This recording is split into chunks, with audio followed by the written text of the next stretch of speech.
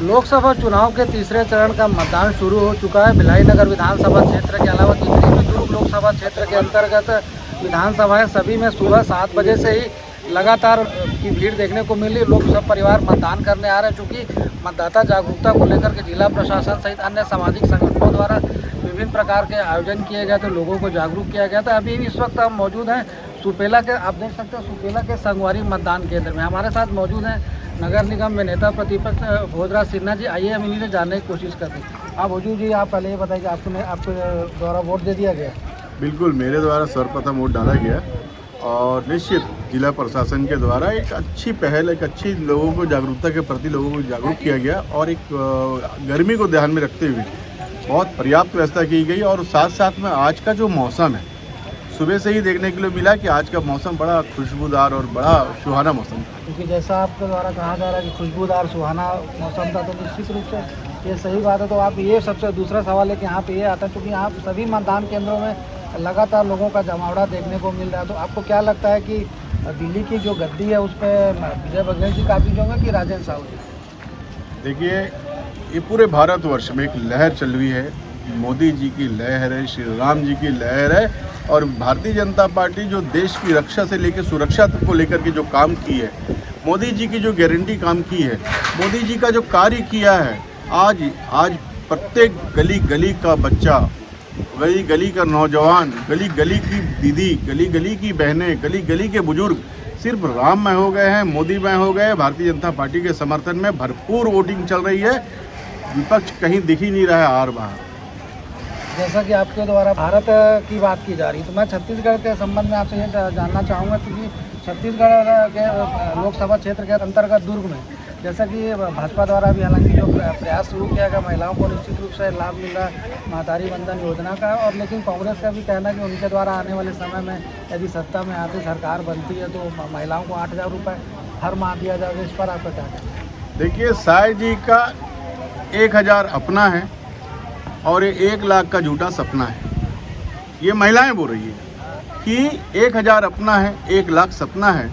1 लाख को भूल करके वर्तमान के 1,000 के साथ में, दीदी की गारंटी के साथ में, महिलाओं के महतारी वंदन के साथ में, ये पूरा क्षेत्र, पूरा छत्तीसगढ़ भारतीय जनता पार्टी 11 में से 11 सीटें जीत रही है और ऐतिहासिक मतों से जीत रही है। ये थे हमारे साथ नगर निगम में नेता प्रतिपक्ष भोजराज सिन्हा जी, जिनका कहना है कि छत्तीसगढ़ की जितनी भी लोकसभा सीटें हैं, 11 लोकसभा सीटों में सभी में भारतीय जनता पार्टी प्रचंड बहुमतों से जीत रही है। कहीं ना कहीं जो मुख्यमंत्री विष्णुदेव साय जी का जो अभी कार्यकाल रहा है 3-3.5 महीने का, इस दौरान उनके द्वारा अनेकों कार्य किए गए। देखिए, बात ऐसी है, मैं मतदान आने वाले कल को देना चाहता हूँ, अपने अच्छे भविष्य को देना चाहता हूँ। आज के टाइम पे मोदी जी जितना हमारे लिए किए, तो हमारा भी धर्म बनता है कि हम मोदी जी को वोट करें। तो इसलिए मैंने अपना धर्म निभाया है। आयु वर्ग के लोगों से एक ही चीज़ कहना चाहेंगे कि आप भी सोच समझ के वोट करें, क्योंकि बात आती है अपने देश की, अपने स्वाभिमान की। सो आपसे मतलब हाथ जोड़ के विनती है कि आप जिनको भी वोट करें सोच समझ के करें। संगवारी मतदान केंद्र में हमारे साथ मौजूद हैं एक नेत्रहीन मतदाता विनय जी। मतदान करने का जज्बा इनमें देख करके नजर आता है, जो अपने परिजनों के संग यहाँ पर चलकर आए हैं मतदान करने के लिए, एक मजबूत और सशक्त सरकार को चुनने के लिए।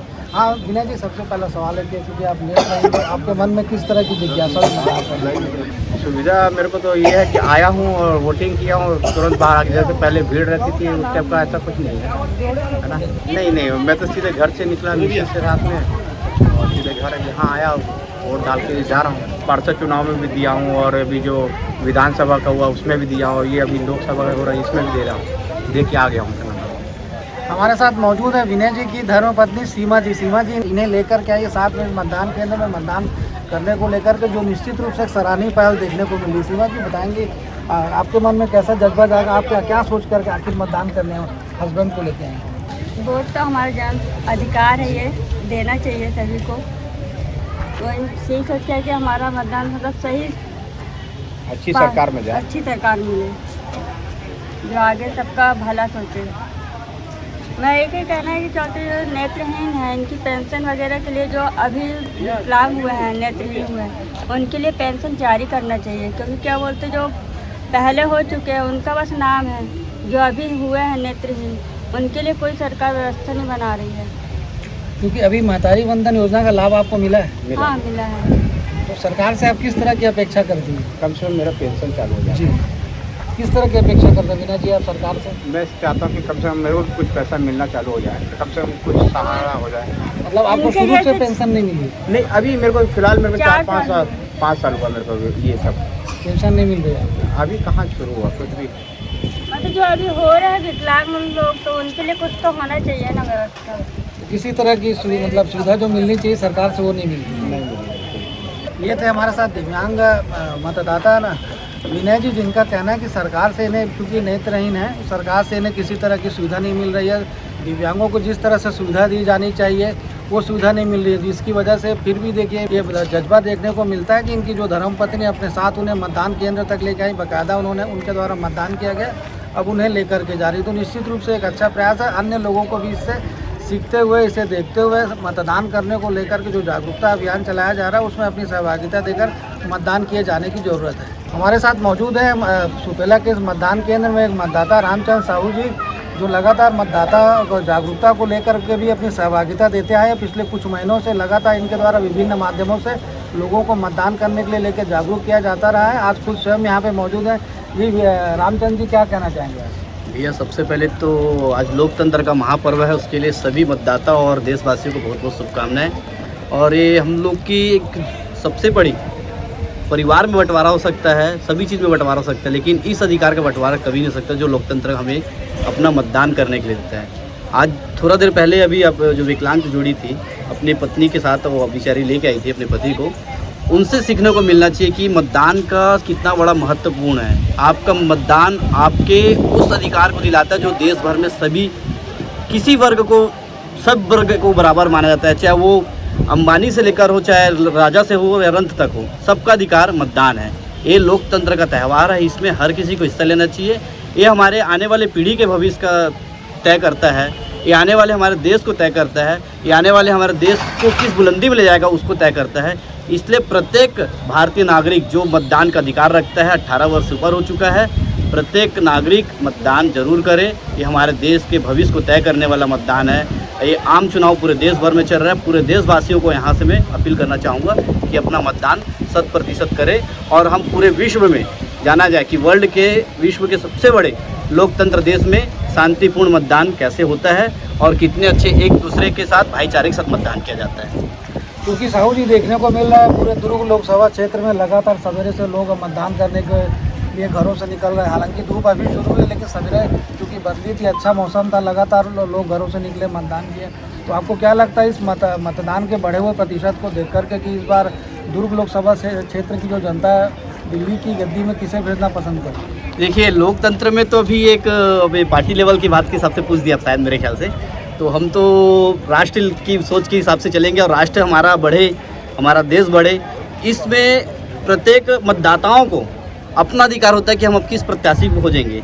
उसमें पार्टियों से लेकर नोटा तक का भी ऑप्शन रहता है कि हमें कोई प्रत्याशी पसंद नहीं है तो भी नोटा दबा सकते हैं। तो मैं अपील करना चाहूँगा कि एक राष्ट्र के लिए वोट हो, देश की शांति के लिए वोट हो, देश की सुरक्षा के लिए वोट हो, देश के भविष्य के लिए वोट हो, देश का स्वास्थ्य के लिए वोट हो, देश की शिक्षा के लिए वोट हो, आने वाली पीढ़ी के लिए वोट हो, जो एक देश विश्व गुरु बने, भारत शक्तिशाली बने। बिल्कुल भैया, 400 पाल पिछले बार 3,90,000 के आसपास विजय बघेल जी का लीडिंग रहा था, इस बार मेरे ख्याल से 5 लाख का जाएगा। ये थे हमारे साथ रामचंद्र साहू जी के अलावा जितने भी यहाँ पे लोगों से हमारे द्वारा चर्चा की गई, सभी का रुझान इस तरफ देखने को मिला कि अब की बार 400 पार का जो नारा है वो साकार होने जा रहा है कहीं ना कहीं से। तो लोगों का रुझान देखकर, तो पिछले चुनाव की बात किया जाए तो पिछले चुनाव की अपेक्षा इस चुनाव में लोगों का जो रुझान है मतदान को लेकर के ज़्यादा देखने को मिल रहा है। लोग सवेरे से घरों पे निकले, लगातार लोगों के आने का सिलसिला यहाँ पे जारी है। ऐसी स्थिति तमाम मतदान केंद्रों में बनी। अब हालांकि यह तो 4 जून को मतगणना के बाद ही स्पष्ट हो सकेगा कि दुर्ग लोकसभा की जनता ने किस प्रत्याशी को के पक्ष में मतदान किया और किसे दिल्ली दरबार में भेजना पसंद करी है। बेला के मतदान केंद्र के बाहर इस वक्त हम मौजूद हैं। हमारे साथ कुछ ऐसे मतदाता खड़े हैं जो मतदान करके आ चुके हैं और साथ ही इनके द्वारा एक निश्चित एक सराहनीय कार्य ये किया जा रहा है कि अन्य जो लोग मतदान, जिनके द्वारा मतदान नहीं किया गया, उन्हें भी उनके घरों में भी जाकर के मतदान करने की अपील करें। जी सर, बताइए, आपके द्वारा मतदान कर लिया गया है तो क्या कहना चाहेंगे अच्छी सरकार मजबूत राष्ट्र निर्माण के लिए? राष्ट्र निर्माण के लिए मजबूत सरकार होनी जरूरी है। मैं समस्त मतदाताओं से निवेदन करता हूँ कि घर से निकल कर चाहे वो धूप हो चाहे जैसा भी हो परिस्थिति, अपना मतदान का पूर्ण उपयोग करें और एक सशक्त जो है सो कि नरेंद्र मोदी जी के नेतृत्व में एक सरकार मजबूत बने। सरकार का यही काम होता है कि जनता का सेवा करना। मोदी जी जैसा अभी प्रधानमंत्री इस देश में नहीं आए हैं। मैं अपील करना चाहूँगा सभी मतदाताओं से कि भारतीय जनता पार्टी के पक्ष में अपना मत दें और एक मजबूत सरकार बनाएं।